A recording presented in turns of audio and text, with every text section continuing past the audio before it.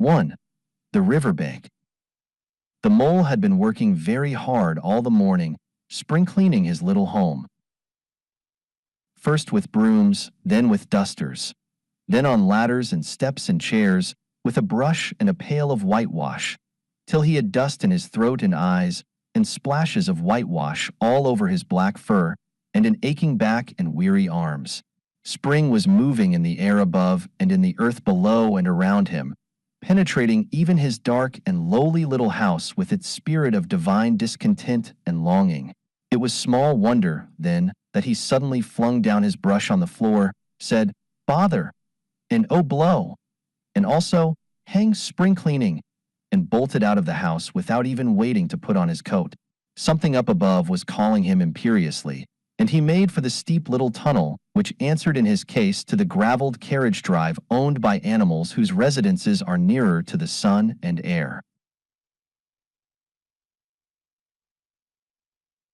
So he scraped and scratched and scrabbled and scrooged, and then he scrooged again and scrabbled and scratched and scraped, working busily with his little paws and muttering to himself, up we go, till at last, pop, his snout came out into the sunlight, and he found himself rolling in the warm grass of a great meadow. "This is fine," he said to himself. "This is better than whitewashing." The sunshine struck hot on his fur, soft breezes caressed his heated brow, and after the seclusion of the cellarage he had lived in so long the carol of happy birds fell on his dulled hearing almost like a shout. Jumping off all his 4 legs at once, in the joy of living and the delight of spring without its cleaning, he pursued his way across the meadow till he reached the hedge on the further side. "Hold up," said an elderly rabbit at the gap. "Sixpence for the privilege of passing by the private road." He was bowled over in an instant by the impatient and contemptuous mole, who trotted along the side of the hedge chaffing the other rabbits as they peeped hurriedly from their holes to see what the row was about. "Onion sauce, he remarked jeeringly, and was gone before they could think of a thoroughly satisfactory reply. Then they all started grumbling at each other. "How stupid you are! Why didn't you tell him? Well, why didn't you say? You might have reminded him," and so on in the usual way. But, of course, it was then much too late, as is always the case. It all seemed too good to be true.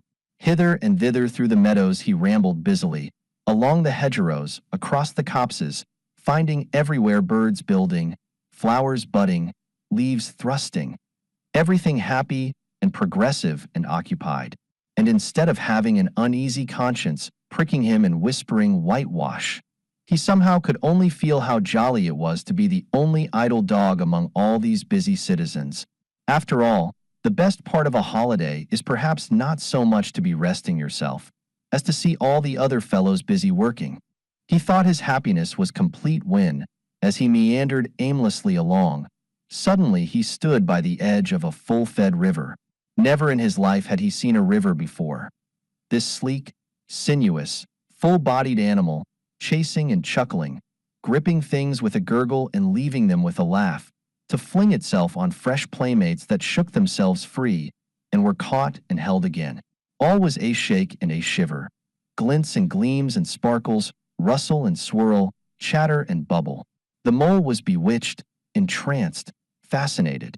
By the side of the river he trotted as one trots, when very small, by the side of a man who holds one spellbound by exciting stories. And when tired at last, he sat on the bank, while the river still chattered on to him, a babbling procession of the best stories in the world, sent from the heart of the earth to be told at last to the insatiable sea. As he sat on the grass and looked across the river, a dark hole in the bank opposite, just above the water's edge, caught his eye, and dreamily he fell to considering what a nice, snug dwelling place it would make for an animal with few wants and fond of a bijou riverside residence, above flood level and remote from noise and dust. As he gazed, something bright and small seemed to twinkle down in the heart of it, vanished, then twinkled once more like a tiny star. But it could hardly be a star in such an unlikely situation, and it was too glittering and small for a glowworm. Then, as he looked, it winked at him, and so declared itself to be an eye. And a small face began gradually to grow up round it, like a frame round a picture. A brown little face, with whiskers, a grave round face, with the same twinkle in its eye that had first attracted his notice, small neat ears and thick silky hair. It was the water rat. Then the two animals stood and regarded each other cautiously. "Hello, mole," said the water rat. "Hello, rat," said the mole. "Would you like to come over?" inquired the rat presently. "Oh, it's all very well to talk," said the mole rather pettishly, he being new to a river and riverside life and its ways. The rat said nothing, but stooped and unfastened a rope and hauled on it, then lightly stepped into a little boat which the mole had not observed. It was painted blue outside and white within, and was just the size for two animals. And the mole's whole heart went out to it at once, even though he did not yet fully understand its uses. The rat sculled smartly across and made fast. Then he held up his forepaw as the mole stepped gingerly down. "Lean on that," he said. "Now then, step lively." And the mole, to his surprise and rapture, found himself actually seated in the stern of a real boat. "This has been a wonderful day," said he, as the rat shoved off and took to the sculls again. "Do you know, I've never been in a boat before in all my life." "What?" cried the rat, open-mouthed. "Never been in a... You never... Well, what have you been doing, then?" "Is it so nice as all that?" asked the mole shyly, though he was quite prepared to believe it as he leant back in his seat and surveyed the cushions, the oars, the rowlocks, and all the fascinating fittings, and felt the boat sway lightly under him. "Nice? It's the only thing," said the water rat solemnly as he leant forward for his stroke. "Believe me, my young friend, there is nothing, absolute nothing, half so much worth doing as simply messing about in boats. Simply messing," he went on dreamily, "messing about in boats. Messing? Look ahead, rat," cried the mole suddenly. It was too late. The boat struck the bank full tilt. The dreamer, the joyous oarsman, lay on his back at the bottom of the boat, his heels in the air. "About in boats, or with boats," the rat went on composedly, picking himself up with a pleasant laugh. "In or out of him, it doesn't matter. Nothing seems really to matter. That's the charm of it. Whether you get away, or whether you don't. Whether you arrive at your destination, or whether you reach somewhere else, or whether you never get anywhere at all, you're always busy, and you never do anything in particular. And when you've done it, there's always something else to do, and you can do it if you like, but you'd much better not. Look here. If you've really nothing else on hand this morning, supposing we drop down the river together and have a long day of it?" The mole waggled his toes from sheer happiness, spread his chest with a sigh of full contentment, and leant back blissfully into the soft cushions. "What a day I'm having," he said. "Let us start at once." "Hold hard a minute then," said the rat. He looped the painter through a ring in his landing stage, climbed up into his hole above, and after a short interval reappeared staggering under a fat wicker luncheon basket. "Shove that under your feet," he observed to the mole, as he passed it down into the boat. Then he untied the painter and took the sculls again. "What's inside it?" asked the mole, wriggling with curiosity. "There's cold chicken inside it," replied the rat briefly. "Cold tongue, cold ham, cold beef, pick ledgerkins, salad, French rolls, cress sandwiches, potted meat, ginger beer, lemonade, soda water." "Oh, stop, stop," cried the mole in ecstasies. "This is too much." "Do you really think so?" inquired the rat seriously. "It's only what I always take on these little excursions, and the other animals are always telling me that I'm a mean beast and cut it very fine." The mole never heard a word he was saying, absorbed in the new life he was entering upon, intoxicated with the sparkle, the ripple, the scents and the sounds and the sunlight. He trailed a paw in the water and dreamed long waking dreams. The water rat, like the good little fellow he was, sculled steadily on and forbore to disturb him. "I like your clothes awfully, old chap," he remarked after some half an hour or so had passed. "I'm going to get a black velvet smoking suit myself some day, as soon as I can afford it." "I beg your pardon," said the mole, pulling himself together with an effort. "You must think me very rude, but all this is so new to me." "So, this is a river." "The river," corrected the rat. "And you really live by the river? What a jolly life." "By it and with it and on it and in it," said the rat. It's brother and sister to me, and aunts and company, and food and drink, and naturally, washing. It's my world, and I don't want any other. What it hasn't got is not worth having, and what it doesn't know is not worth knowing. Lord, the times we've had together, whether in winter or summer, spring or autumn, it's always got its fun and its excitements. When the floods are on in February, and my cellars and basement are brimming with drink that's no good to me, and the brown water runs by my best bedroom window. Or again when it all drops away and shows patches of mud that smells like plum cake, and the rushes and weed clog the channels, and I can potter about dry shod over most of the bed of it and find fresh food to eat, and things careless people have dropped out of boats. But isn't it a bit dull at times? The mole ventured to ask. Just you and the river, and no one else to pass a word with? No one else to, well, I mustn't be hard on you, said the rat with forbearance. You're new to it, and of course you don't know. The bank is so crowded nowadays that many people are moving away altogether. Oh no, it isn't what it used to be, at all. Otters, kingfishers, dabchicks, moorhens, all of them about all day long and always wanting you to do something, as if a fellow had no business of his own to attend to. What lies over there? Asked the mole, waving a paw towards a background of woodland that darkly framed the water meadows on one side of the river. That? Oh, that's just the wildwood, said the rat shortly. We don't go there very much, we riverbankers. Aren't they very nice people in there? Said the mole a trifle nervously. Well, replied the rat. Let me see. The squirrels are all right. And the rabbits, some of them, but rabbits are a mixed lot. And then there's Badger, of course. He lives right in the heart of it. Wouldn't live anywhere else either, if you paid him to do it. Dear old Badger. Nobody interferes with him. They'd better not, he added significantly. Why, who should interfere with him? Asked the mole. Well, of course, there are others, explained the rat in a hesitating sort of way. Weasels and stoats and foxes and so on. They're all right in a way. I'm very good friends with them. Past the time of day when we meet and all that.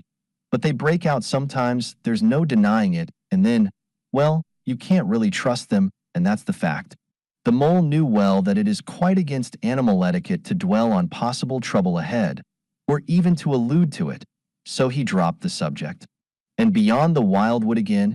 He asked, where it's all blue and dim, and one sees what may be hills or perhaps they mayn't, and something like the smoke of towns, or is it only cloud drift? Beyond the wildwood comes the wide world, said the rat, and that's something that doesn't matter, either to you or me. I've never been there, and I'm never going, nor you either, if you've got any sense at all. Don't ever refer to it again, please.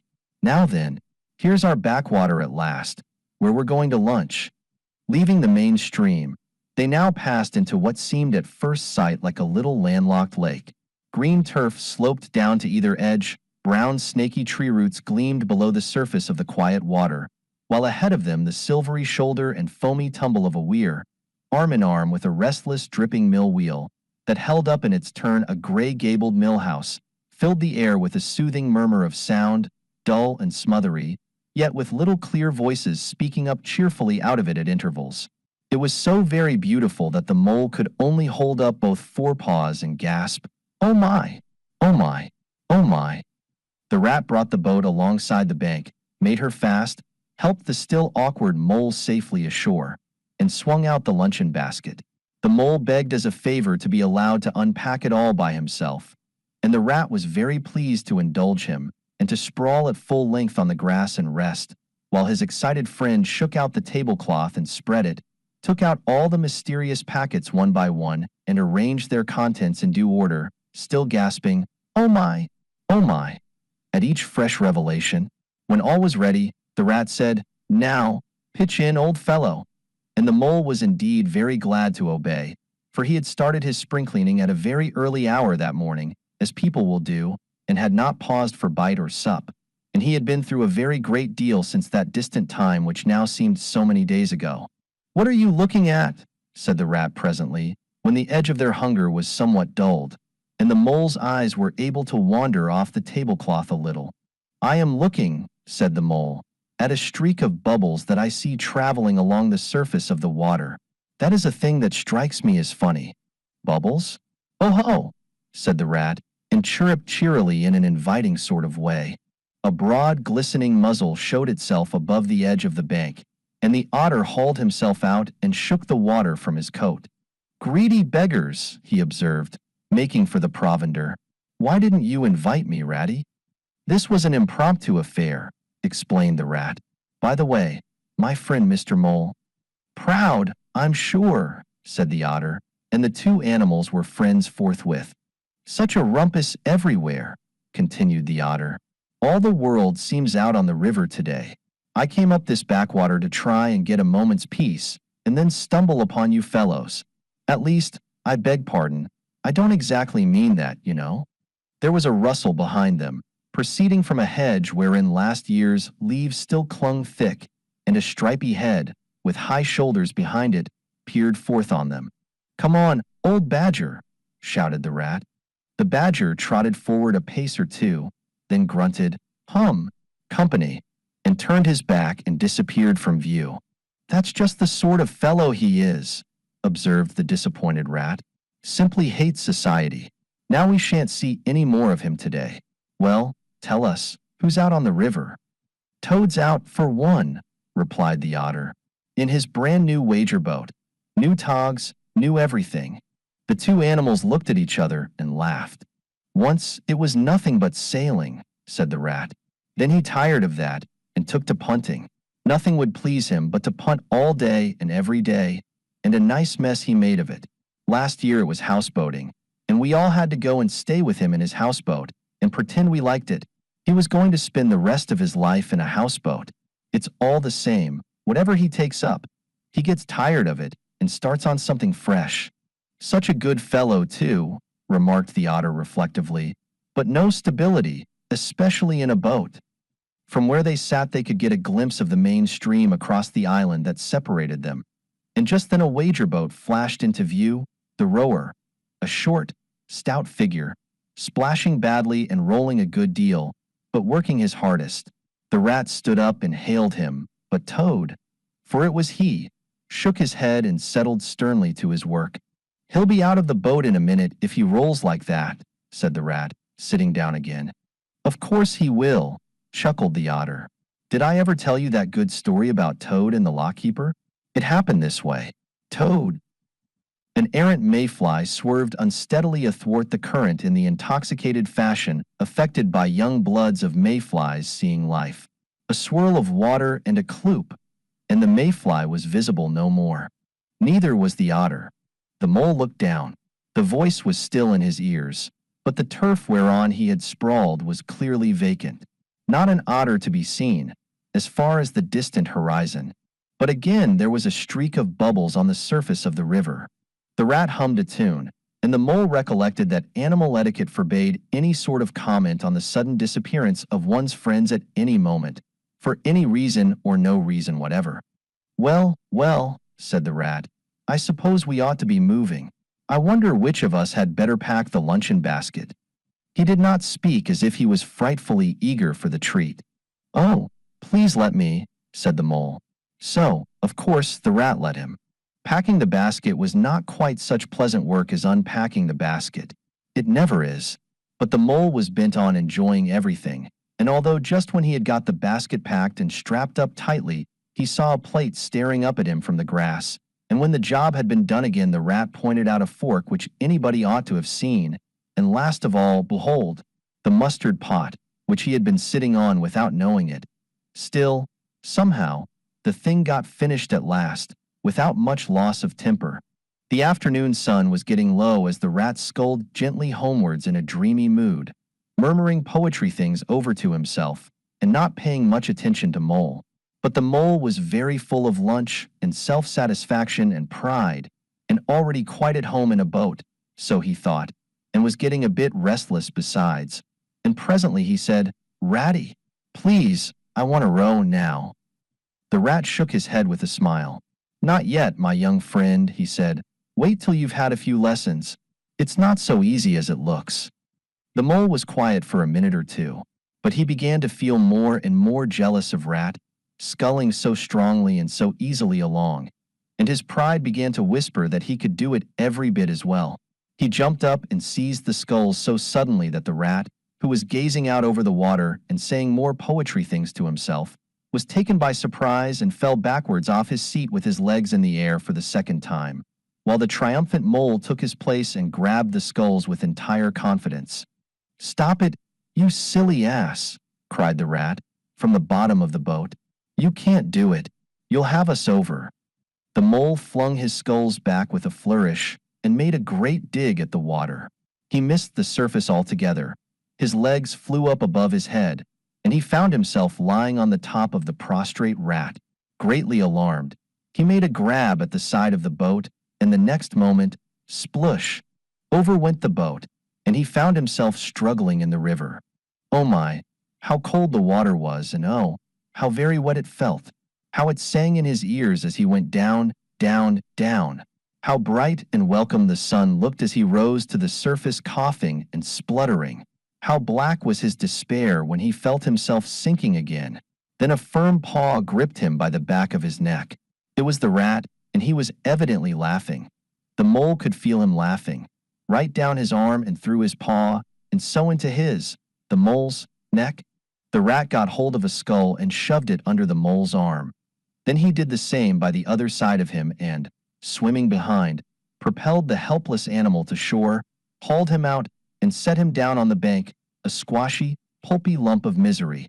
When the rat had rubbed him down a bit and wrung some of the wet out of him, he said, "Now then, old fellow, trot up and down the towing path as hard as you can, till you're warm and dry again, while I dive for the luncheon basket."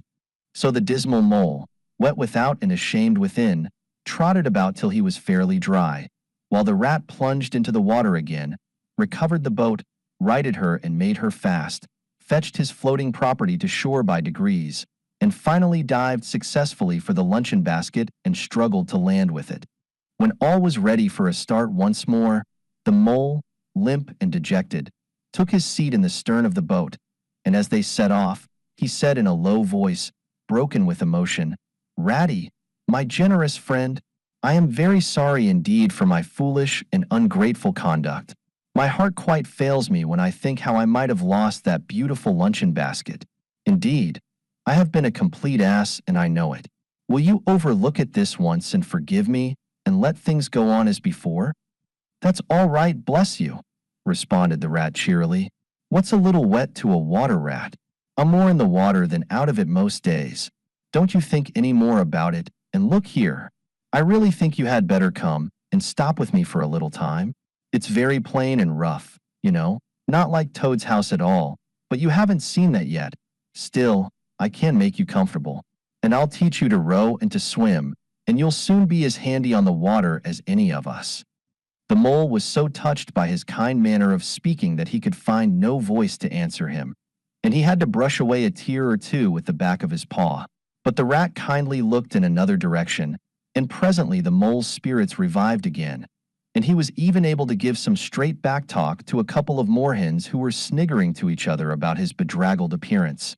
When they got home, the rat made a bright fire in the parlor and planted the mole in an armchair in front of it, having fetched down a dressing gown and slippers for him, and told him river stories till supper time.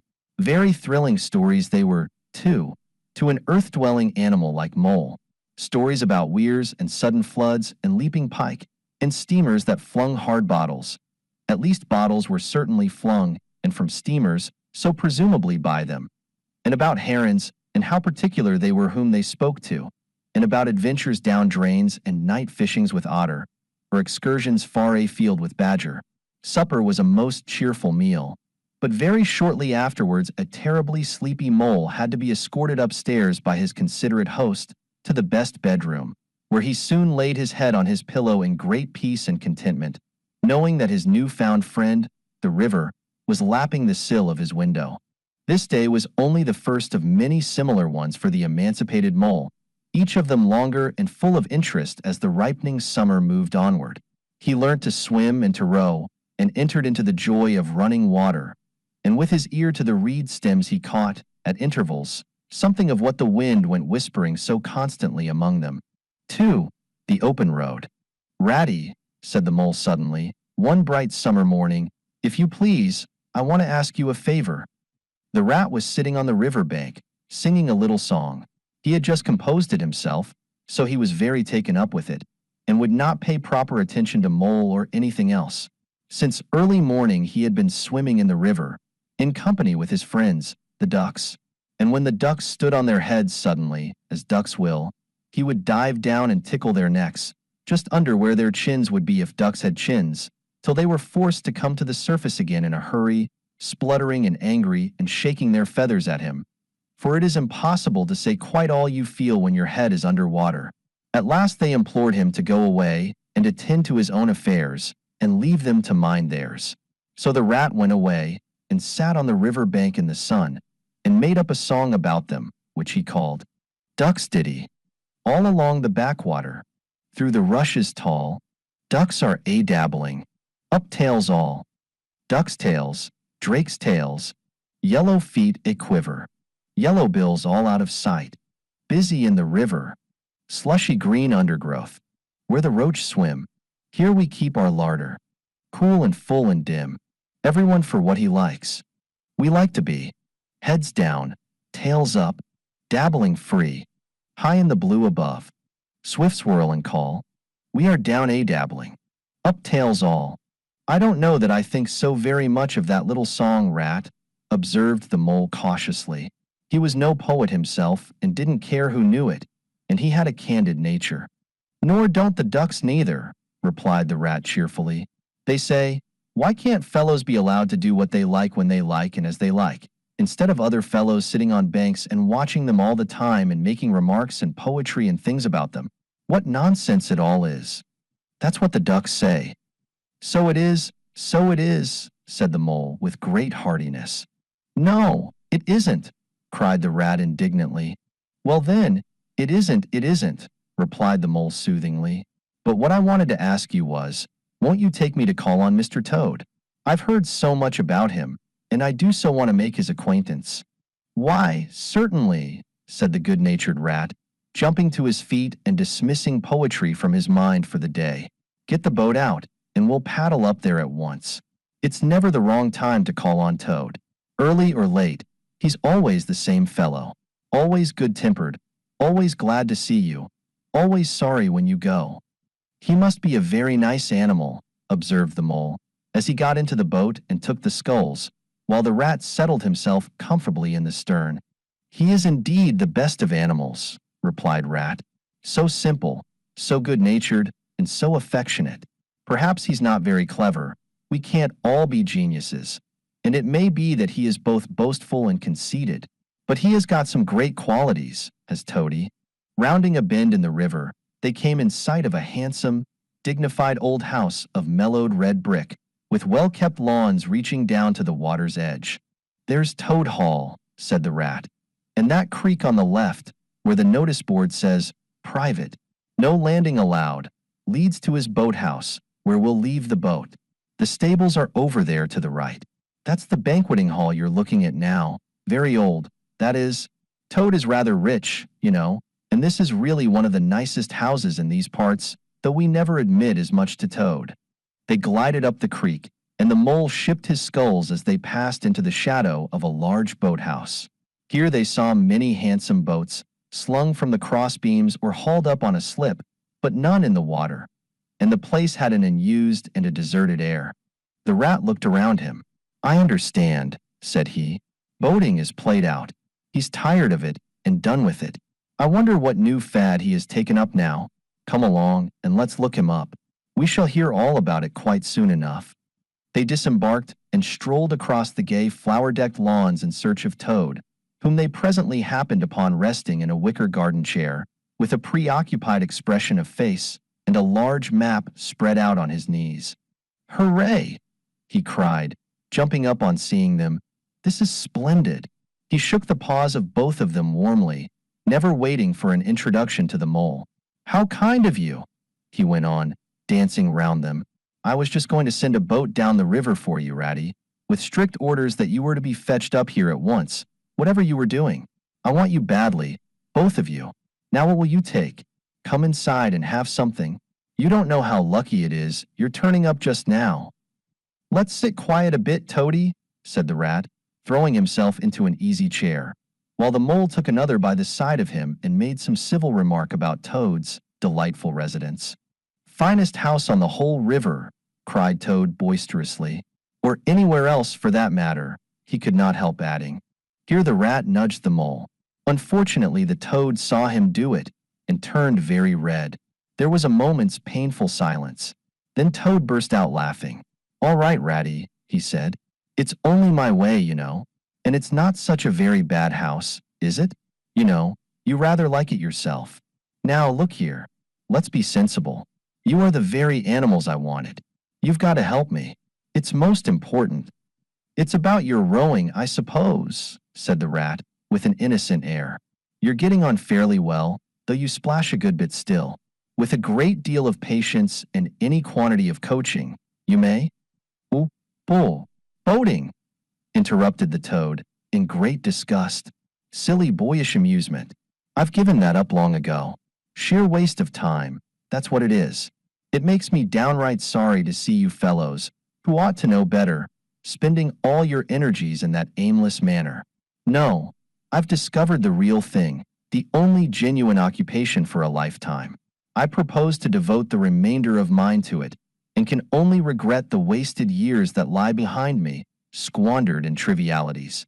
Come with me, dear Ratty, and your amiable friend also, if he will be so very good, just as far as the stable-yard, and you shall see what you shall see. He led the way to the stable-yard accordingly, the rat following with a most mistrustful expression. And there, drawn out of the coach-house into the open, they saw a gypsy caravan, shining with newness, painted a canary yellow picked out with green and red wheels. There you are, cried the Toad, straddling and expanding himself. There's real life for you, embodied in that little cart. The open road, the dusty highway, the heath, the common, the hedgerows, the rolling downs, camps, villages, towns, cities. Here today, up and off to somewhere else tomorrow. Travel, change, interest, excitement. The whole world before you, and a horizon that's always changing. And mind, this is the very finest cart of its sort that was ever built, without any exception. Come inside and look at the arrangements. Planned him all myself, I did. The mole was tremendously interested and excited, and followed him eagerly up the steps and into the interior of the caravan. The rat only snorted and thrust his hands deep into his pockets, remaining where he was. It was indeed very compact and comfortable. Little sleeping bunks, a little table that folded up against the wall, a cooking stove, lockers, bookshelves, a bird cage with a bird in it, and pots, pans, jugs, and kettles of every size and variety. All complete, said the Toad triumphantly, pulling open a locker. You see, biscuits, potted lobster, sardines, everything you can possibly want. Soda water here, bocce there, letter paper, bacon, jam, cards, and dominoes. You'll find, he continued, as they descended the steps again, you will find that nothing whatever has been forgotten when we make our start this afternoon. I beg your pardon, said the rat slowly as he chewed a straw, but did I overhear you say something about we and start, and this afternoon? Now, you dear good old Ratty, said Toad imploringly, don't begin talking in that stiff and sniffy sort of way, because you know you've got to come. I can't possibly manage without you, so please consider it settled and don't argue. It's the one thing I can't stand. You surely don't mean to stick to your dull, fusty old river all your life, and just live in a hole in a bank and boat? I want to show you the world. I'm going to make an animal of you, my boy. I don't care, said the rat doggedly. I'm not coming, and that's flat. And I am going to stick to my old river and live in a hole and boat, as I've always done. And what's more, Mole's going to stick to me and do as I do. Aren't you, Mole? Of course I am, said the Mole loyally. I'll always stick to you, Rat, and what you say is to be, has got to be. All the same, it sounds as if it might have been, well, rather fun, you know, he added wistfully. Poor Mole. The life adventurous was so new a thing to him, and so thrilling. And this fresh aspect of it was so tempting. and he had fallen in love at first sight with the canary-colored cart and all its little fitments. The rat saw what was passing in his mind and wavered. He hated disappointing people, and he was fond of the mole and would do almost anything to oblige him. Toad was watching both of them closely.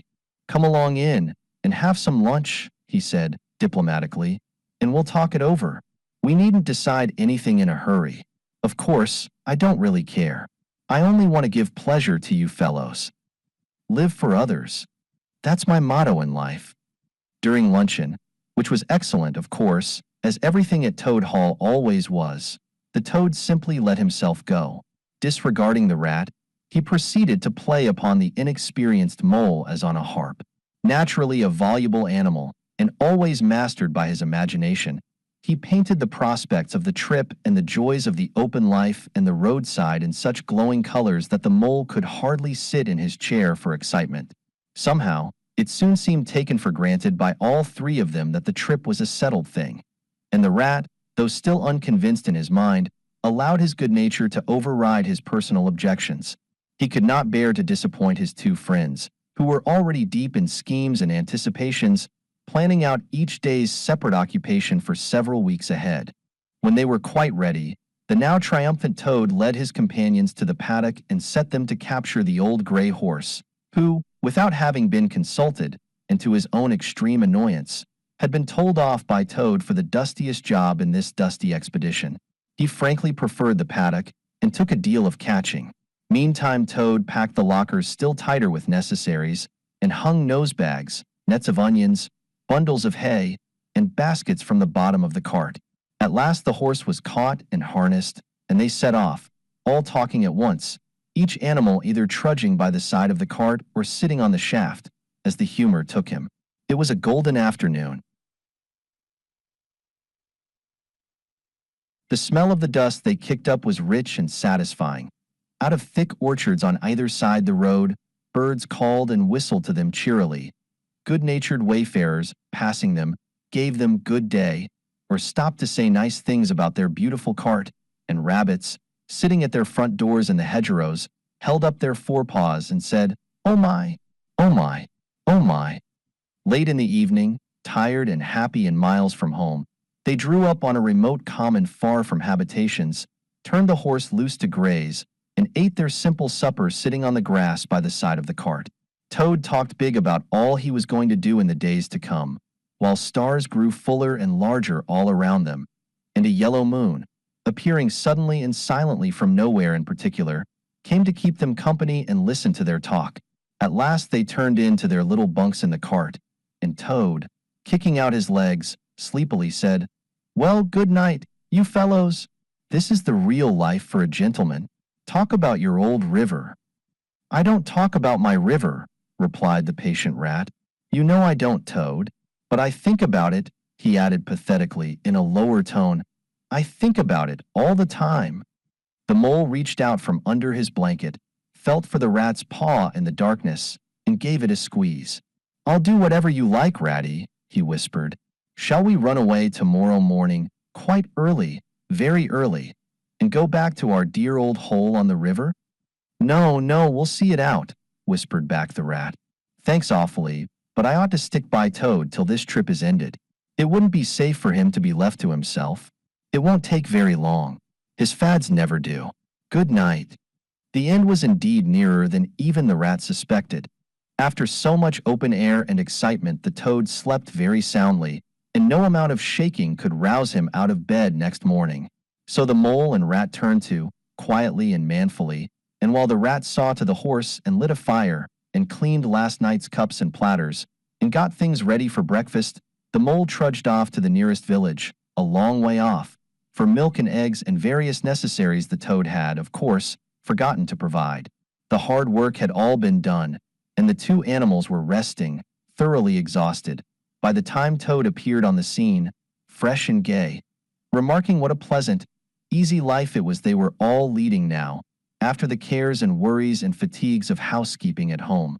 They had a pleasant ramble that day over grassy downs and along narrow bylanes, and camped, as before, on a common. Only this time the two guests took care that Toad should do his fair share of work. In consequence, When the time came for starting next morning, Toad was by no means so rapturous about the simplicity of the primitive life, and indeed attempted to resume his place in his bunk, whence he was hauled by force. Their way lay, as before, across country by narrow lanes, and it was not till the afternoon that they came out on the high road, their first high road, and their disaster, fleet and unforeseen, sprang out on them. Disaster momentous indeed to their expedition, but simply overwhelming in its effect on the after career of Toad. They were strolling along the high road easily, the mole by the horse's head, talking to him, since the horse had complained that he was being frightfully left out of it, and nobody considered him in the least. The Toad and the water rat walking behind the cart talking together. At least Toad was talking, and Rat was saying at intervals, "Yes, precisely. And what did you say to him?" And thinking all the time of something very different, when far behind them they heard a faint warning hum, like the drone of a distant bee. Glancing back, they saw a small cloud of dust, with a dark center of energy, advancing on them at incredible speed, while from out the dust a faint poop-poop wailed like an uneasy animal in pain. Hardly regarding it, they turned to resume their conversation, when in an instant, as it seemed, the peaceful scene was changed, and with a blast of wind and a whirl of sound that made them jump for the nearest ditch. It was on them. The poop-poop rang with a brazen shout in their ears. They had a moment's glimpse of an interior of glittering plate glass and rich morocco, and the magnificent motor car, immense, breath-snatching, passionate, with its pilot tints and hugging his wheel, possessed all earth and air for the fraction of a second, flung an enveloping cloud of dust that blinded and enwrapped them utterly, and then dwindled to a speck in the far distance, changed back into a droning bee once more. The old gray horse, dreaming, as he plodded along, of his quiet paddock, in a new raw situation such as this, simply abandoned himself to his natural emotions, rearing, plunging, backing steadily, in spite of all the mole's efforts at his head, and all the mole's lively language directed at his better feelings. He drove the cart backward towards the deep ditch at the side of the road. It wavered an instant, then there was a heart-rending crash, and the canary-colored cart, their pride and their joy, lay on its side in the ditch, an irredeemable wreck. The rat danced up and down in the road, simply transported with passion. "You villains!" he shouted, shaking both fists. "You scoundrels, you highwaymen, you, road hogs. I'll have the law of you. I'll report you. I'll take you through all the courts." His homesickness had quite slipped away from him, and for the moment he was the skipper of the canary-colored vessel driven on a shoal by the reckless jockeying of rival mariners, and he was trying to recollect all the fine and biting things he used to say to masters of steam launches when their wash, as they drove too near the bank, used to flood his parlor carpet at home. Toad sat straight down in the middle of the dusty road, his legs stretched out before him, and stared fixedly in the direction of the disappearing motor car. He breathed short. His face wore a placid, satisfied expression, and at intervals he faintly murmured, "Poop, poop." The mole was busy trying to quiet the horse, which he succeeded in doing after a time. Then he went to look at the cart, on its side in the ditch. It was indeed a sorry sight. Panels and windows smashed, axles hopelessly bent, one wheel off, sardine tins scattered over the wide world, and the bird in the birdcage sobbing pitifully and calling to be let out. The rat came to help him, but their united efforts were not sufficient to right the cart. Toad," they cried, "come and bear a hand, can't you?" The Toad never answered a word or budged from his seat in the road. So they went to see what was the matter with him. They found him in a sort of a trance, a happy smile on his face, his eyes still fixed on the dusty wake of their destroyer. At intervals he was still heard to murmur, "Poop, poop." The rat shook him by the shoulder. "Are you coming to help us, Toad?" he demanded sternly. "Glorious, stirring sight," murmured Toad, never offering to move. "The poetry of motion, the real way to travel, the only way to travel. Here today, and next week tomorrow. Villages skipped, towns and cities jumped. Always somebody else's horizon. Oublis, oop. Oh my, oh my. Oh, stop being an ass, Toad," cried the mole despairingly. And to think I never knew, went on the toad in a dreamy monotone. All those wasted years that lie behind me, I never knew, never even dreamt. But now, but now that I know, now that I fully realize, oh, what a flowery track lies spread before me. Henceforth, what dust clouds shall spring up behind me as I speed on my reckless way? What carts I shall fling carelessly into the ditch in the wake of my magnificent onset? Horrid little carts, common carts, canary-colored carts. What are we to do with him? Asked the mole of the water rat. Nothing at all, replied the rat firmly, because there is really nothing to be done. You see, I know him from of old. He is now possessed. He has got a new craze, and it always takes him that way, in its first stage. He'll continue like that for days now, like an animal walking in a happy dream, quite useless for all practical purposes. Never mind him. Let's go and see what there is to be done about the cart. A careful inspection showed them that, even if they succeeded in riding it by themselves, the cart would travel no longer. The axles were in a hopeless state, and the missing wheel was shattered into pieces. The rat knotted the horse's reins over his back and took him by the head, carrying the birdcage and its hysterical occupant in the other hand. Come on, he said grimly to the mole. It's 5 or 6 miles to the nearest town, and we shall just have to walk it. The sooner we make a start, the better. But what about Toad? Asked the mole anxiously, as they set off together. We can't leave him here, sitting in the middle of the road by himself, in the distracted state he's in. It's not safe. Supposing another thing were to come along? Oh, bother Toad, said the rat savagely. I've done with him. They had not proceeded very far on their way, however, when there was a pattering of feet behind them, and Toad caught them up and thrust a paw inside the elbow of each of them, still breathing short and staring into vacancy. Now, look here, Toad, said the rat sharply. As soon as we get to the town, you'll have to go straight to the police station and see if they know anything about that motor car and who it belongs to, and lodge a complaint against it. And then you'll have to go to a blacksmith's or a wheelwright's and arrange for the cart to be fetched and mended and put to rights. It'll take time, but it's not quite a hopeless smash. Meanwhile, the mole and I will go to an inn and find comfortable rooms where we can stay till the cart's ready, until your nerves have recovered their shock. Police station. Complaint, murmured Toad dreamily. Me complain of that beautiful, that heavenly vision that has been vouchsafed me. Mend the cart. I've done with carts forever. I never want to see the cart, or to hear of it again. Oh, Ratty, you can't think how obliged I am to you for consenting to come on this trip. I wouldn't have gone without you, and then I might never have seen that swan, that sunbeam, that thunderbolt. I might never have heard that entrancing sound, or smelt that bewitching smell. I owe it all to you, my best of friends. The rat turned from him in despair. You see what it is, he said to the mole, addressing him across Toad's head. He's quite hopeless. I give it up. When we get to the town, we'll go to the railway station, and with luck we may pick up a train there that'll get us back to Riverbank tonight. And if ever you catch me going a-pleasuring with this provoking animal again, he snorted, and during the rest of that weary trudge addressed his remarks exclusively to Mole. On reaching the town, they went straight to the station and deposited Toad in the second-class waiting room, giving a porter tuppence to keep a strict eye on him. They then left the horse at an inn stable, and gave what directions they could about the cart and its contents. Eventually, a slow train having landed them at a station not very far from Toad Hall, they escorted the spellbound, sleepwalking Toad to his door, put him inside it, and instructed his housekeeper to feed him, undress him, and put him to bed. Then they got out their boat from the boathouse, sculled down the river home, and at a very late hour sat down to supper in their own cozy riverside parlor, to the rat's great joy and contentment.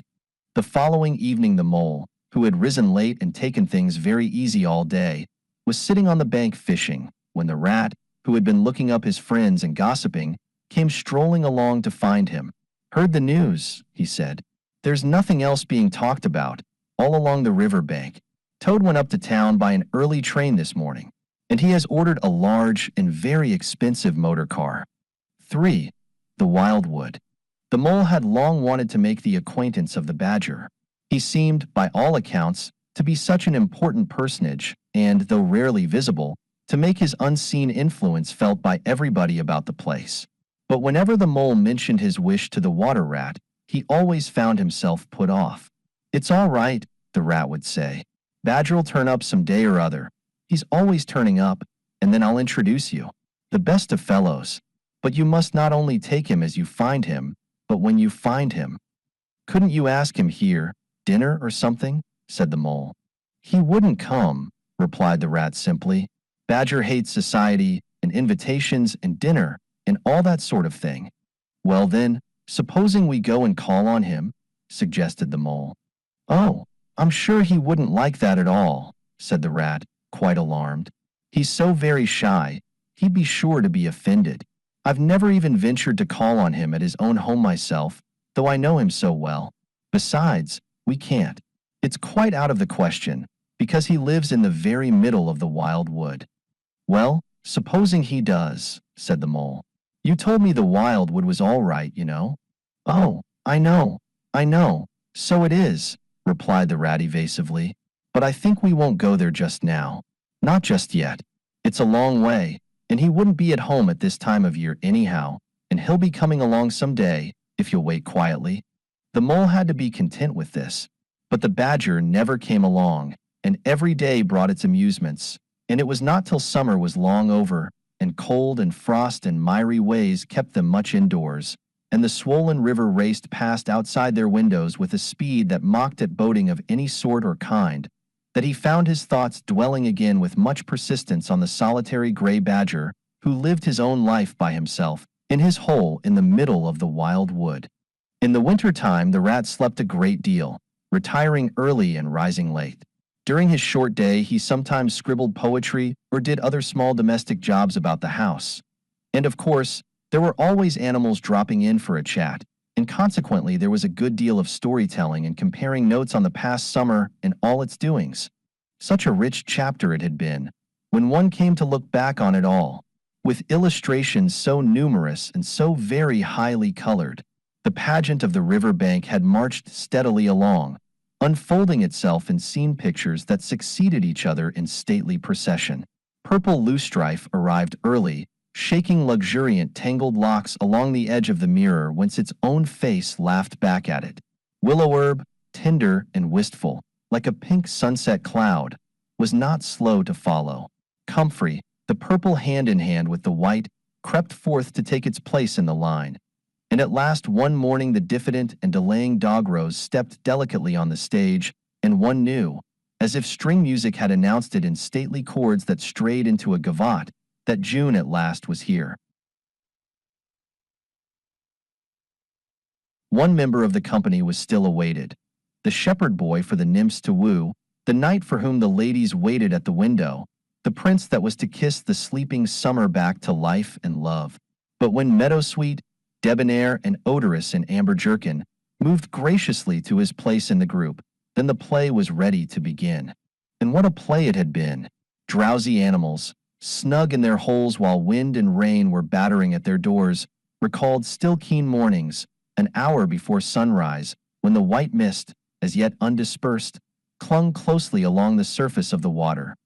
Then the shock of the early plunge, the scamper along the bank, and the radiant transformation of earth, air, and water, when suddenly the sun was with them again, and gray was gold and color was born and sprang out of the earth once more. They recalled the languorous siesta of hot midday, deep in green undergrowth, the sun striking through in tiny golden shafts and spots, the boating and bathing of the afternoon, the rambles along dusty lanes and through yellow cornfields, and the long, cool evening at last, when so many threads were gathered up, so many friendships rounded, and so many adventures planned for the morrow. There was plenty to talk about on those short winter days when the animals found themselves round the fire. Still, the mole had a good deal of spare time on his hands, and so one afternoon, when the rat in his armchair before the blaze was alternately dozing and trying over rhymes that wouldn't fit, he formed the resolution to go out by himself and explore the wild wood, and perhaps strike up an acquaintance with Mr. Badger. It was a cold, still afternoon with a hard, steely sky overhead, when he slipped out of the warm parlor into the open air. The country lay bare and entirely leafless around him, and he thought that he had never seen so far and so intimately into the insides of things as on that winter day when nature was deep in her annual slumber and seemed to have kicked the clothes off. Copses, dells, quarries, and all hidden places, which had been mysterious mines for exploration in leafy summer, now exposed themselves and their secrets pathetically, and seemed to ask him to overlook their shabby poverty for a while, till they could riot in rich masquerade as before, and trick and entice him with the old deceptions. It was pitiful in a way, and yet cheering, even exhilarating. He was glad that he liked the country undecorated, hard, and stripped of its finery. He had got down to the bare bones of it, and they were fine and strong and simple. He did not want the warm clover and the play of seeding grasses. The screens of quickset, the billowy drapery of beech and elm seemed best away, and with great cheerfulness of spirit he pushed on towards the wild wood, which lay before him low and threatening, like a black reef in some still southern sea. There was nothing to alarm him at first entry. Twigs crackled under his feet, logs tripped him, funguses on stumps resembled caricatures, and startled him for the moment by their likeness to something familiar and far away. But that was all fun and exciting.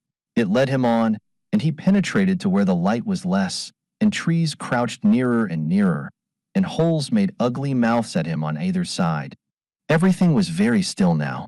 The dusk advanced on him steadily, rapidly, gathering in behind and before, and the light seemed to be draining away like flood water. Then the faces began. It was over his shoulder, and indistinctly, that he first thought he saw a face, a little, evil, wedge-shaped face, looking out at him from a hole. When he turned and confronted it, the thing had vanished. He quickened his pace, telling himself cheerfully not to begin imagining things, where there would be simply no end to it.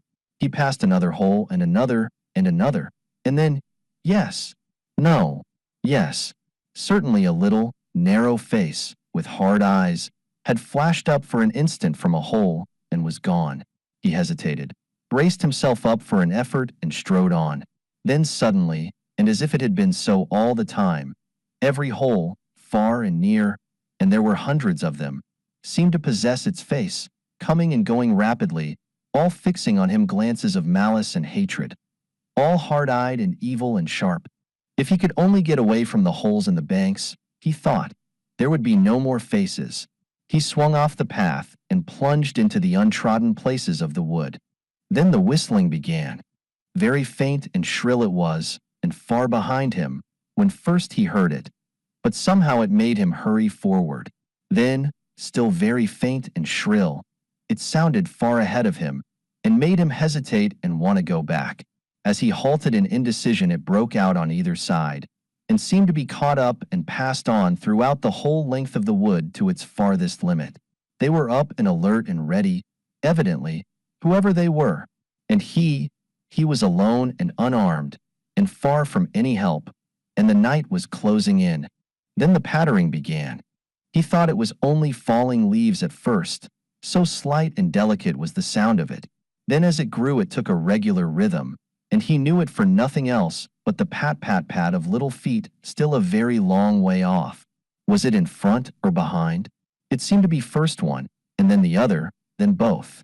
It grew and it multiplied, till from every quarter as he listened anxiously, leaning this way and that, it seemed to be closing in on him. As he stood still to hearken, a rabbit came running hard towards him through the trees. He waited, expecting it to slacken pace, or to swerve from him into a different course. Instead, the animal almost brushed him as it dashed past, his face set and hard, his eyes staring. "Get out of this, you fool! Get out!" The mole heard him mutter as he swung round a stump and disappeared down a friendly burrow. The pattering increased till it sounded like sudden hail on the dry leaf carpet spread around him. The whole wood seemed running now, running hard, hunting, chasing, closing in round something or somebody. In panic, he began to run too, aimlessly, he knew not whither. He ran up against things, he fell over things and into things, he darted under things and dodged round things. At last he took refuge in the deep, dark hollow of an old beech tree, which offered shelter, concealment, perhaps even safety, but who could tell? Anyhow, he was too tired to run any further, and could only snuggle down into the dry leaves which had drifted into the hollow and hope he was safe for a time.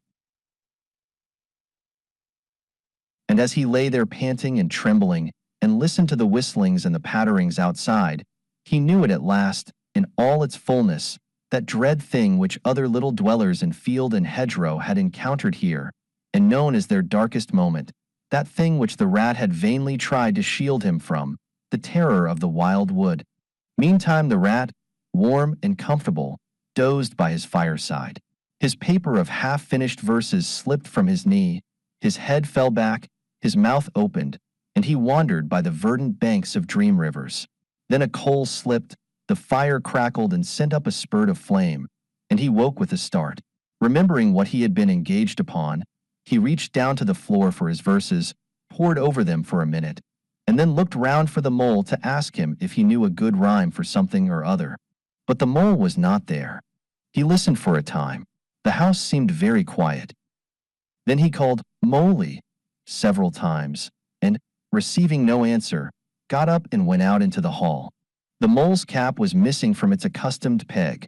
His galoshes, which always lay by the umbrella stand, were also gone. The rat left the house and carefully examined the muddy surface of the ground outside, hoping to find the mole's tracks. There they were, sure enough.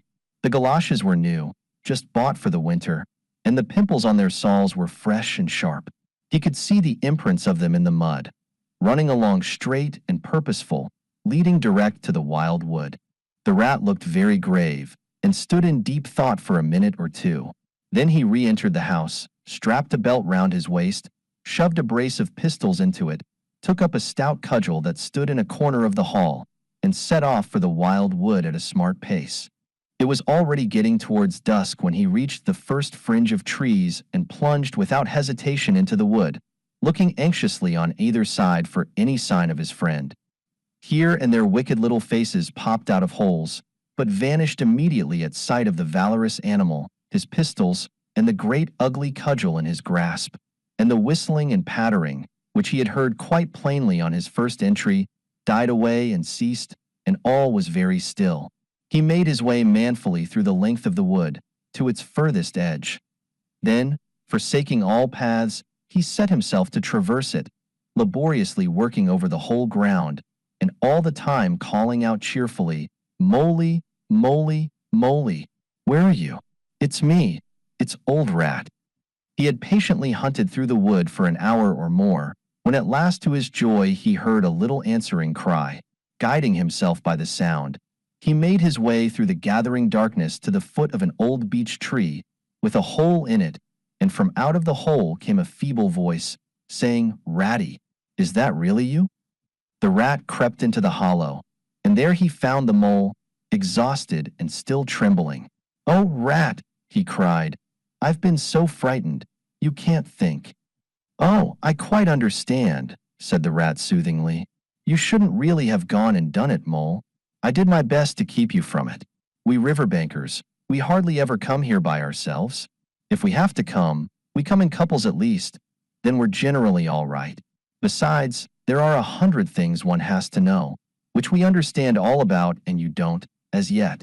I mean passwords and signs, and sayings which have power and effect, and plants you carry in your pocket, and verses you repeat, and dodges and tricks you practice.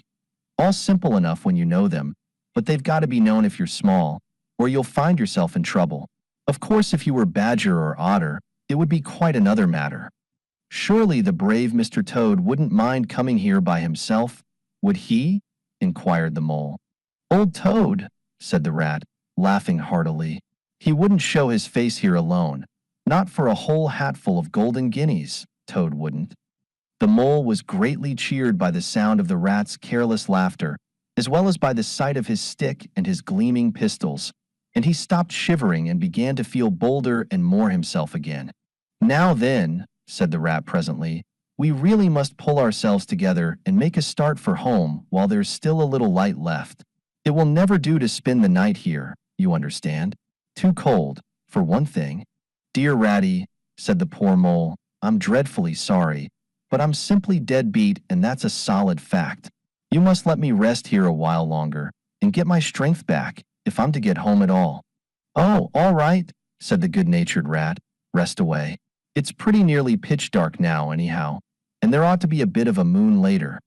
So the mole got well into the dry leaves and stretched himself out, and presently dropped off into sleep, though of a broken and troubled sort, while the rat covered himself up, too, as best he might, for warmth, and lay patiently waiting, with a pistol in his paw.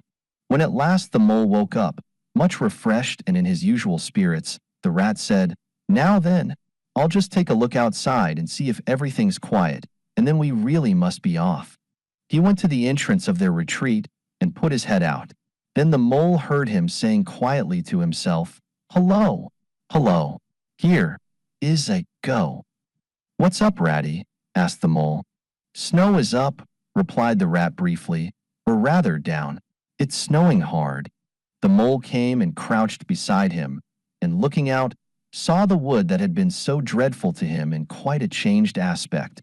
Holes, hollows, pools, pitfalls, and other black menaces to the wayfarer were vanishing fast, and a gleaming carpet of faerie was springing up everywhere that looked too delicate to be trodden upon by rough feet. A fine powder filled the air and caressed the cheek with a tingle in its touch, and the black boles of the trees showed up in a light that seemed to come from below.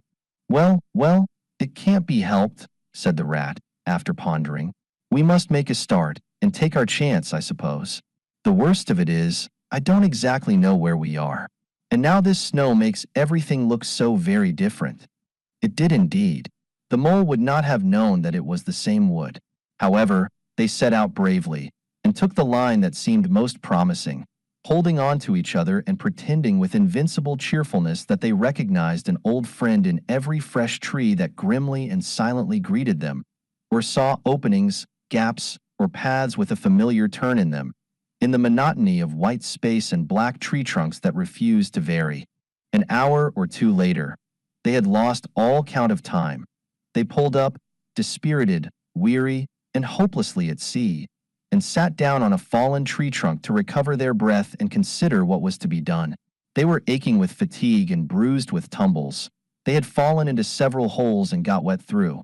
The snow was getting so deep that they could hardly drag their little legs through it, and the trees were thicker and more like each other than ever. There seemed to be no end to this wood, and no beginning, and no difference in it, and worst of all, no way out. We can't sit here very long, said the rat. We shall have to make another push for it, and do something or other. The cold is too awful for anything, and the snow will soon be too deep for us to wade through. He peered about him and considered. Look here, he went on. This is what occurs to me. There's a sort of dell down here in front of us, where the ground seems all hilly and humpy and hummocky. We'll make our way down into that, and try and find some sort of shelter, a cave or hole with a dry floor to it, out of the snow and the wind, and there we'll have a good rest before we try again, for we're both of us pretty dead beat. Besides, the snow may leave off, or something may turn up. So once more they got on their feet, and struggled down into the dell, where they hunted about for a cave or some corner that was dry and a protection from the keen wind and the whirling snow. They were investigating one of the hummocky bits the rat had spoken of, when suddenly the mole tripped up and fell forward on his face with a squeal. "Oh, my leg!" he cried. "Oh, my poor shin!" And he sat up on the snow and nursed his leg in both his front paws. "Poor old mole," said the rat kindly. "You don't seem to be having much luck today, do you? Let's have a look at the leg. Yes," he went on, going down on his knees to look, "you've cut your shin, sure enough.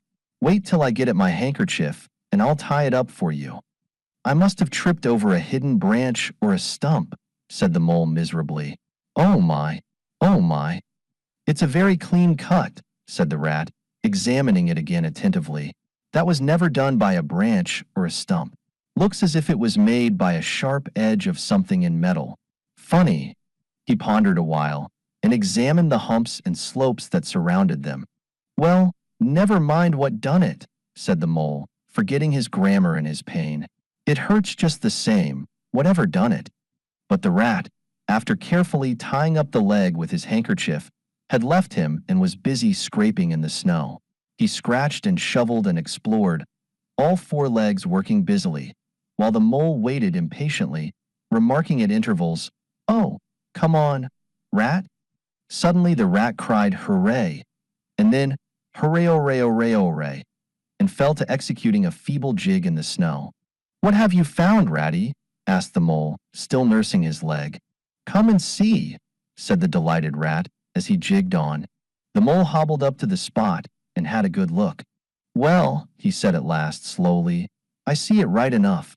Seen the same sort of thing before, lots of times. Familiar object, I call it. A door scraper. Well, what of it? Why dance jigs around a door scraper?" "But don't you see what it means, you dull-witted animal?" cried the rat impatiently. "Of course I see what it means," replied the mole.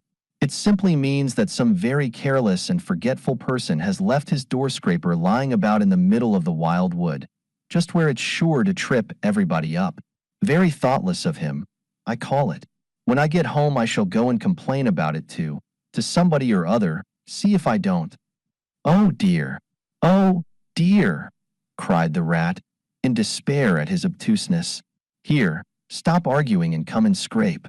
And he set to work again, and made the snow fly in all directions around him. After some further toil his efforts were rewarded, and a very shabby doormat lay exposed to view. "There, what did I tell you?" exclaimed the rat in great triumph.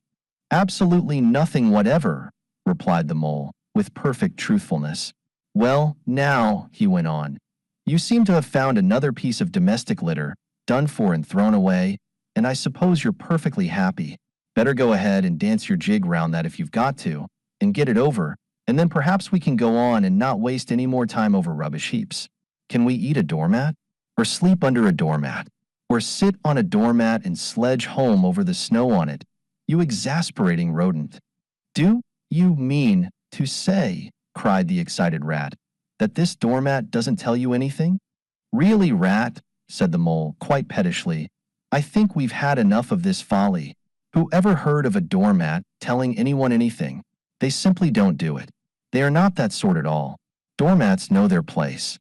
"Now look here, you thick-headed beast," replied the rat, really angry. "This must stop. Not another word, but scrape, scrape and scratch and dig and hunt round, especially on the sides of the hummocks, if you want to sleep dry and warm tonight, for it's our last chance." The rat attacked a snowbank beside them with ardor, probing with his cudgel everywhere and then digging with fury. And the mole scraped busily too, more to oblige the rat than for any other reason, for his opinion was that his friend was getting light-headed. Some 10 minutes hard work, and the point of the rat's cudgel struck something that sounded hollow. He worked till he could get a paw through and feel, then called the mole to come and help him. Hard at it went the two animals, till at last the result of their labors stood full in view of the astonished and hitherto incredulous mole. In the side of what had seemed to be a snowbank stood a solid-looking little door, painted a dark green. An iron bell pull hung by the side, and below it, on a small brass plate, neatly engraved in square capital letters, they could read by the aid of moonlight, "Mr. Badger." The mole fell backwards on the snow from sheer surprise and delight. "Rat," he cried in penitence, "you're a wonder, a real wonder, that's what you are. I see it all now. You argued it out, step by step, in that wise head of yours, from the very moment that I fell and cut my shin, and you looked at the cut, and at once your majestic mind said to itself, 'Door scraper.' And then you turned to and found the very door scraper that done it. Did you stop there? No. Some people would have been quite satisfied, but not you. Your intellect went on working. 'Let me only just find a doormat,' says you to yourself, 'and my theory is proved.' And of course you found your doormat. You're so clever. I believe you could find anything you liked. Now, says you, that door exists, as plain as if I saw it. There's nothing else remains to be done but to find it. Well, I've read about that sort of thing in books, but I've never come across it before in real life. You ought to go where you'll be properly appreciated. You're simply wasted here, among us fellows. If I only had your head, Ratty. But as you haven't, interrupted the rat, rather unkindly, I suppose you're going to sit on the snow all night and talk? Get up at once and hang on to that bell pull you see there, and ring hard as you can, while I hammer. While the rat attacked the door with his stick, the mole sprang up at the bell pull, clutched it and swung there, both feet well off the ground, and from quite a long way off they could faintly hear a deep-toned bell respond. For Mr. Badger. They waited patiently for what seemed a very long time, stamping in the snow to keep their feet warm. At last they heard the sound of slow, shuffling footsteps approaching the door from the inside. It seemed, as the mole remarked to the rat, like someone walking in carpet slippers that were too large for him and down at heel, which was intelligent of Mole, because that was exactly what it was. There was the noise of a bolt shot back, and the door opened a few inches, enough to show a long snout and a pair of sleepy blinking eyes. Now, the very next time this happens, said a gruff and suspicious voice, I shall be exceedingly angry. Who is it this time, disturbing people on such a night? Speak up. Oh, Badger, cried the rat. Let us in, please. It's me, Rat, and my friend Mole, and we've lost our way in the snow. What, Ratty, my dear little man, exclaimed the Badger, in quite a different voice. Come along in, both of you, at once. Why, you must be perished. Well, I never. Lost in the snow, and in the wildwood too, and at this time of night. But come in with you. The two animals tumbled over each other in their eagerness to get inside, and heard the door shut behind them with great joy and relief. The Badger, who wore a long dressing gown, and whose slippers were indeed very down at heel, carried a flat candlestick in his paw and had probably been on his way to bed when their summons sounded. He looked kindly down on them and patted both their heads. This is not the sort of night for small animals to be out, he said paternally. I'm afraid you've been up to some of your pranks again, Ratty. But come along. Come into the kitchen.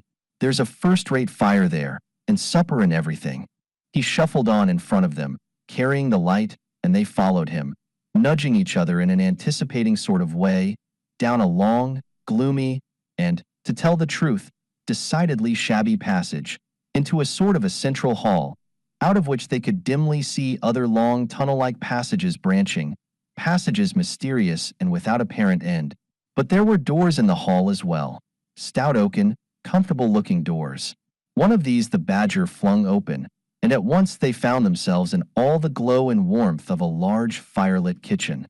The floor was well-worn red brick, and on the wide hearth burnt a fire of logs, between two attractive chimney corners tucked away in the wall, well out of any suspicion of draught.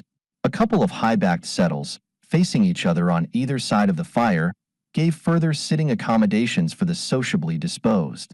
In the middle of the room stood a long table of plain boards placed on trestles, with benches down each side. At one end of it, where an armchair stood pushed back, were spread the remains of the Badger's plain but ample supper. Rows of spotless plates winked from the shelves of the dresser at the far end of the room, and from the rafters overhead hung hams, bundles of dried herbs, nets of onions, and baskets of eggs.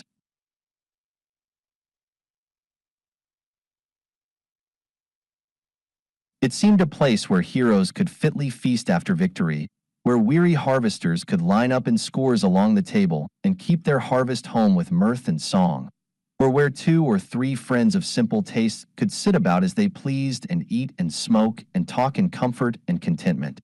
The ruddy brick floor smiled up at the smoky ceiling. The oaken settles, shiny with long wear, exchanged cheerful glances with each other.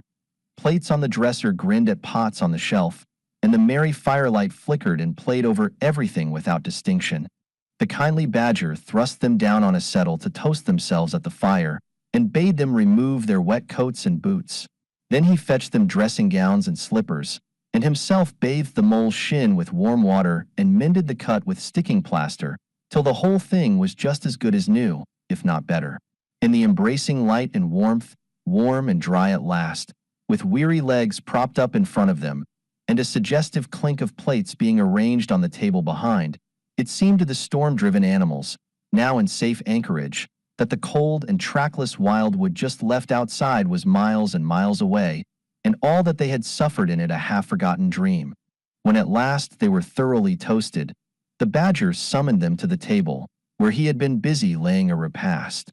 They had felt pretty hungry before, but when they actually saw at last the supper that was spread for them, really it seemed only a question of what they should attack first where all was so attractive, and whether the other things would obligingly wait for them till they had time to give them attention.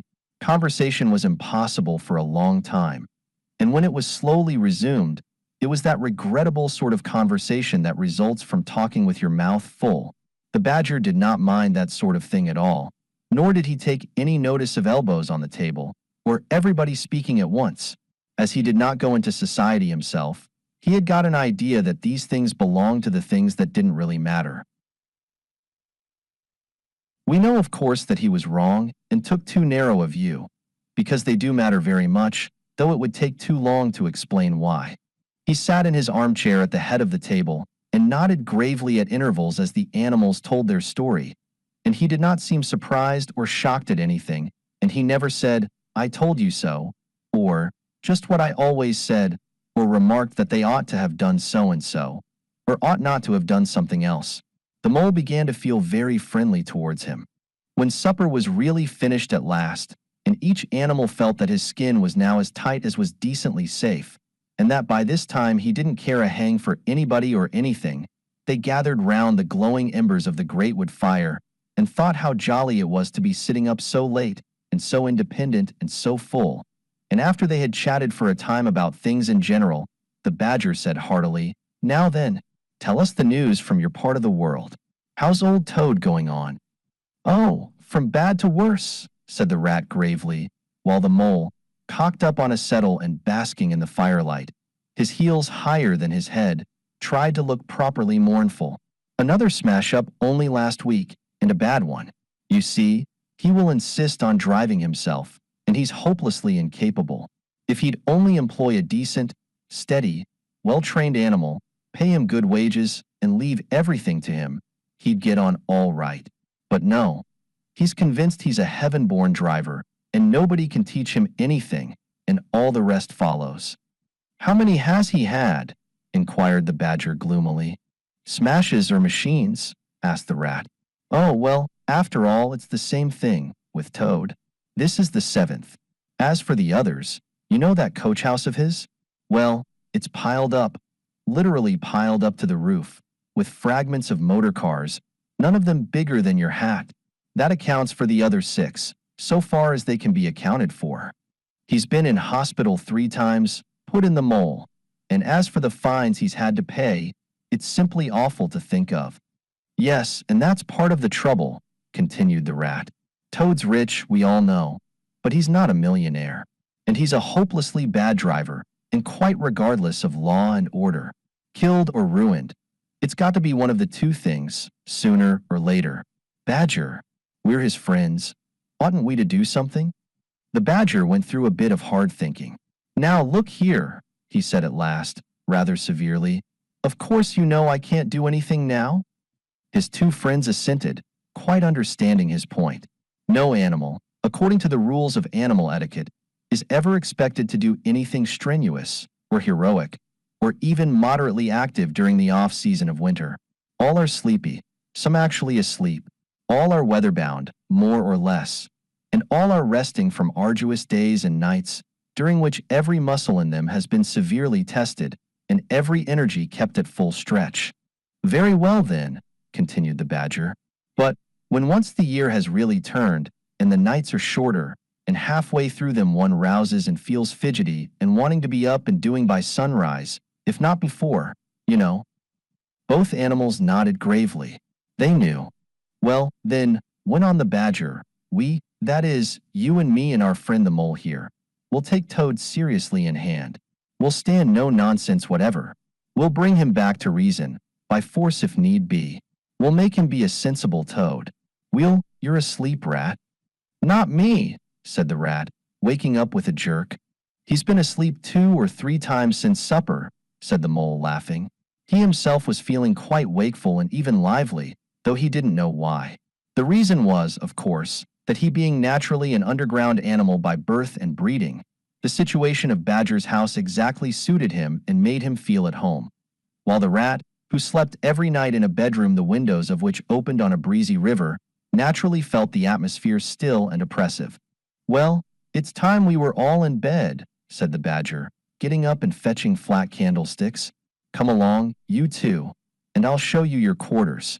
And take your time tomorrow morning. Breakfast at any hour you please." He conducted the two animals to a long room that seemed half bedchamber and half loft. The badger's winter stores, which indeed were visible everywhere, took up half the room.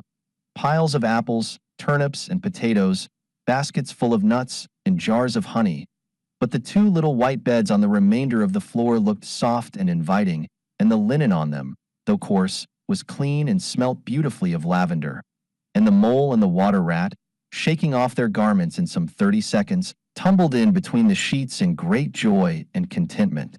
In accordance with the kindly badger's injunctions, the two tired animals came down to breakfast very late next morning and found a bright fire burning in the kitchen, and two young hedgehogs sitting on a bench at the table, eating oatmeal porridge out of wooden bowls.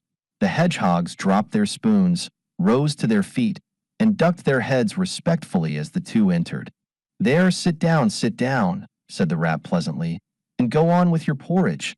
Where have you youngsters come from? Lost your way in the snow, I suppose?" "Yes, please, sir," said the elder of the two hedgehogs respectfully. "Me and little Billy here, we was trying to find our way to school. Mother would have us go. Was the weather ever so? And of course we lost ourselves, sir, and Billy he got frightened and took and cried, being young and faint-hearted. And at last we happened up against Mr. Badger's back door, and made so bold as to knock, sir, for Mr. Badger he's a kind-hearted gentleman, as everyone knows." "I understand," said the rat, cutting himself some rashers from a side of bacon, while the mole dropped some eggs into a saucepan. "And what's the weather like outside? You needn't sir me quite so much," he added. "Oh, terrible bad, sir, terrible deep the snow is," said the hedgehog. "No getting out for the likes of you gentlemen today." "Where's Mr. Badger?" inquired the mole as he warmed the coffee pot before the fire. "The master's gone into his study, sir," replied the hedgehog, "and he said as how he was going to be particular busy this morning, and on no account was he to be disturbed." This explanation, of course, was thoroughly understood by everyone present. The fact is, as already set forth, when you live a life of intense activity for 6 months in the year, and of comparative or actual somnolence for the other 6, during the latter period you cannot be continually pleading sleepiness when there are people about or things to be done. The excuse gets monotonous. The animals well knew that Badger, having eaten a hearty breakfast, had retired to his study and settled himself in an armchair with his legs up on another and a red cotton handkerchief over his face, and was being busy in the usual way at this time of the year. The front door bell clanged loudly, and the rat, who was very greasy with buttered toast, sent Billy, the smaller hedgehog, to see who it might be. There was a sound of much stamping in the hall, and presently Billy returned in front of the otter, who threw himself on the rat with an embrace and a shout of affectionate greeting. "Get off," spluttered the rat, with his mouth full. "Thought I should find you here all right," said the otter cheerfully. "They were all in a great state of alarm along river bank when I arrived this morning. Rat never been home all night, nor mole either. Something dreadful must have happened, they said, and the snow had covered up all your tracks, of course. But I knew that when people were in any fix they mostly went a Badger, or else Badger got to know of it somehow, so I came straight off here, through the wildwood in the snow. My, it was fine, coming through the snow as the red sun was rising and showing against the black tree trunks. As you went along in the stillness, every now and then masses of snow slid off the branches suddenly with a flop, making you jump and run for cover. Snow castles and snow caverns had sprung up out of nowhere in the night, and snow bridges, terraces, ramparts. I could have stayed and played with them for hours. Then why didn't any of you do something? I asked. You mayn't be blessed with brains, but there are hundreds and hundreds of you, big, stout fellows, as fat as butter, and your burros running in all directions, and you could have taken him in and made him safe and comfortable, or tried to, at all events. What us? He merely said, do something. Us rabbits? So I cuffed him again and left him. There was nothing else to be done. At any rate, I had learnt something. And if I had had the luck to meet any of them, I'd have learnt something more, or they would. Weren't you at all, nervous? Asked the mole, some of yesterday's terror coming back to him at the mention of the wild wood. Nervous? The otter showed a gleaming set of strong white teeth as he laughed. I'd give him nerves if any of them tried anything on with me. Here, mole, fry me some slices of ham, like the good little chap you are. I'm frightfully hungry, and I've got any amount of Seder Ratty here. Haven't seen him for an age. So the good-natured mole, having cut some slices of ham, set the hedgehogs to fry it and returned to his own breakfast, while the otter and the rat, their heads together, eagerly talked river shop, which is long shop and talk that is endless, running on like the babbling river itself. A plate of fried ham had just been cleared and sent back for more, when the badger entered, yawning and rubbing his eyes, and greeted them all in his quiet, simple way, with kind inquiries for everyone.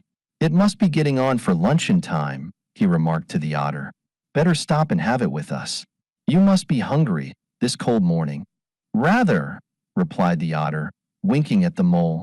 The sight of these greedy young hedgehogs stuffing themselves with fried ham makes me feel positively famished.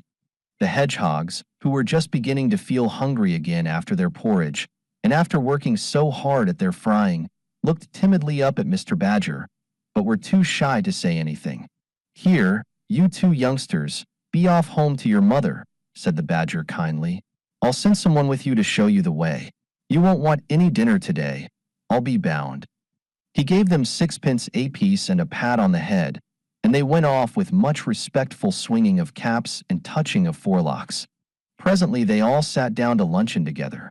The mole found himself placed next to Mr. Badger, and, as the other two were still deep in river gossip from which nothing could divert them, he took the opportunity to tell Badger how comfortable and homelike it all felt to him. Once well underground, he said, you know exactly where you are. Nothing can happen to you, and nothing can get at you. You're entirely your own master, and you don't have to consult anybody or mind what they say. Things go on all the same overhead, and you let him, and don't bother about him. When you want to, up you go, and there the things are, waiting for you. The badger simply beamed on him. That's exactly what I say, he replied. There's no security or peace and tranquility, except underground. And then, if your ideas get larger and you want to expand, why, a dig and a scrape, and there you are. If you feel your house is a bit too big, you stop up a hole or two, and there you are again. No builders, no tradesmen, no remarks passed on you by fellows looking over your wall, and, above all, no weather. Look at Rat, now. A couple of feet of flood water, and he's got to move into hired lodgings. Uncomfortable, inconveniently situated, and horribly expensive. Take Toad. I say nothing against Toad Hall. Quite the best house in these parts as a house. But supposing a fire breaks out, where's Toad? Supposing tiles are blown off, or walls sink or crack, or windows get broken, where's Toad? Supposing the rooms are drafty, I hate a draft myself, where's Toad? No, up and out of doors is good enough to roam about and get one's living in, but underground to come back to at last, that's my idea of home. The mole assented heartily, and the badger in consequence got very friendly with him. When lunch is over, he said, I'll take you all round this little place of mine. I can see you'll appreciate it. You understand what domestic architecture ought to be, you do. After luncheon, accordingly, when the other two had settled themselves into the chimney corner and had started a heated argument on the subject of eels, the badger lighted a lantern and bade the mole follow him.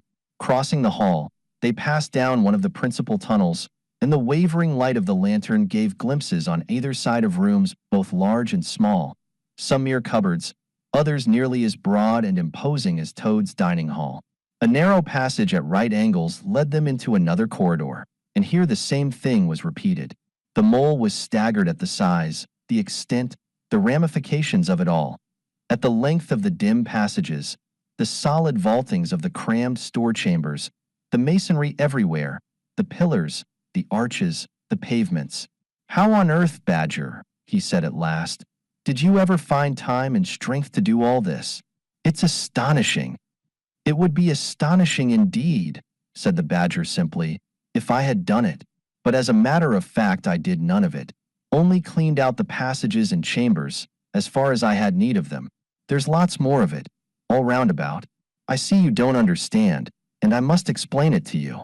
Well, very long ago, on the spot where the wildwood waves now, before ever it had planted itself and grown up to what it now is, there was a city of people, you know. Here, where we are standing, they lived and walked and talked and slept and carried on their business. Here they stabled their horses and feasted. From here they rode out to fight or drove out to trade. They were a powerful people and rich and great builders.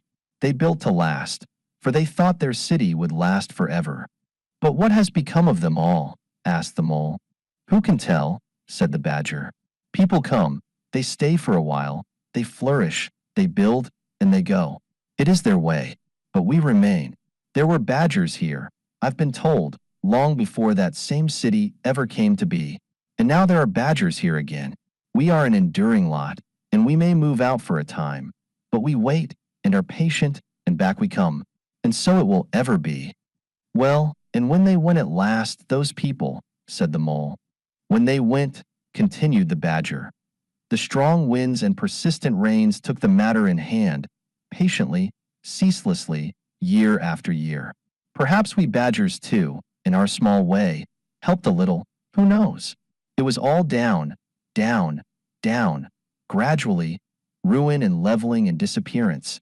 Then it was all up, up, up, gradually, as seeds grew to saplings, and saplings to forest trees, and bramble and fern came creeping in to help. Leaf mold rose and obliterated. Streams in their winter freshets brought sand and soil to clog and to cover, and in course of time our home was ready for us again, and we moved in. Up above us, on the surface, the same thing happened. Animals arrived, liked the look of the place, took up their quarters, settled down, spread, and flourished. They didn't bother themselves about the past. They never do. They're too busy. The place was a bit humpy and hillocky, naturally, and full of holes. But that was rather an advantage. And they don't bother about the future, either. The future when perhaps the people will move in again, for a time. As may very well be. The wildwood is pretty well populated by now, with all the usual lot, good, bad, and indifferent. I name no names. It takes all sorts to make a world. But I fancy you know something about them yourself by this time." "I do indeed," said the Mole with a slight shiver. "Well, well," said the Badger, patting him on the shoulder, "it was your first experience of them, you see. They're not so bad really, and we must all live and let live. But I'll pass the word around tomorrow, and I think you'll have no further trouble. Any friend of mine walks where he likes in this country, or I'll know the reason why." When they got back to the kitchen again, they found the Rat walking up and down, very restless. The underground atmosphere was oppressing him and getting on his nerves, and he seemed really to be afraid that the river would run away if he wasn't there to look after it. So he had his overcoat on, and his pistols thrust into his belt again. "Come along, Mole," he said anxiously, as soon as he caught sight of them. "We must get off while it's daylight. Don't want to spend another night in the wildwood again." "It'll be all right, my fine fellow," said the Otter. "I'm coming along with you, and I know every path blindfold. And if there's a head that needs to be punched, you can confidently rely upon me to punch it." "You really needn't fret, Ratty," added the Badger placidly. "My passages run further than you think, and I've bolt holes to the edge of the wood in several directions, though I don't care for everybody to know about them. When you really have to go, you shall leave by one of my short cuts. Meantime, make yourself easy and sit down again." The Rat was nevertheless still anxious to be off and attend to his river, so the Badger, taking up his lantern again, led the way along a damp and airless tunnel that wound and dipped, part vaulted, part hewn through solid rock, for a weary distance that seemed to be miles. At last daylight began to show itself confusedly through tangled growth overhanging the mouth of the passage, and the Badger, bidding them a hasty goodbye, pushed them hurriedly through the opening made everything look as natural as possible again, with creepers, brushwood, and dead leaves, and retreated. They found themselves standing on the very edge of the wildwood, rocks and brambles and tree roots behind them, confusedly heaped and tangled. In front, a great space of quiet fields, hemmed by lines of hedges black on the snow, and far ahead, a glint of the familiar old river, while the wintry sun hung red and low on the horizon. The otter, as knowing all the paths, took charge of the party, and they trailed out on a beeline for a distant stile. Pausing there a moment and looking back, they saw the whole mass of the wildwood, dense, menacing, compact, grimly set in vast white surroundings. Simultaneously they turned and made swiftly for home, for firelight and the familiar things it played on, for the voice, sounding cheerily outside their window, of the river that they knew and trusted in all its moods, that never made them afraid with any amazement. As he hurried along, eagerly anticipating the moment when he would be at home again among the things he knew and liked, the mole saw clearly that he was an animal of tilled field and hedgerow, linked to the plowed furrow, the frequented pasture, the lane of evening lingerings, the cultivated garden plot. For others the asperities, the stubborn endurance, or the clash of actual conflict that went with nature in the rough. He must be wise, must keep to the pleasant places in which his lines were laid and which held adventure enough, in their way, to last for a lifetime.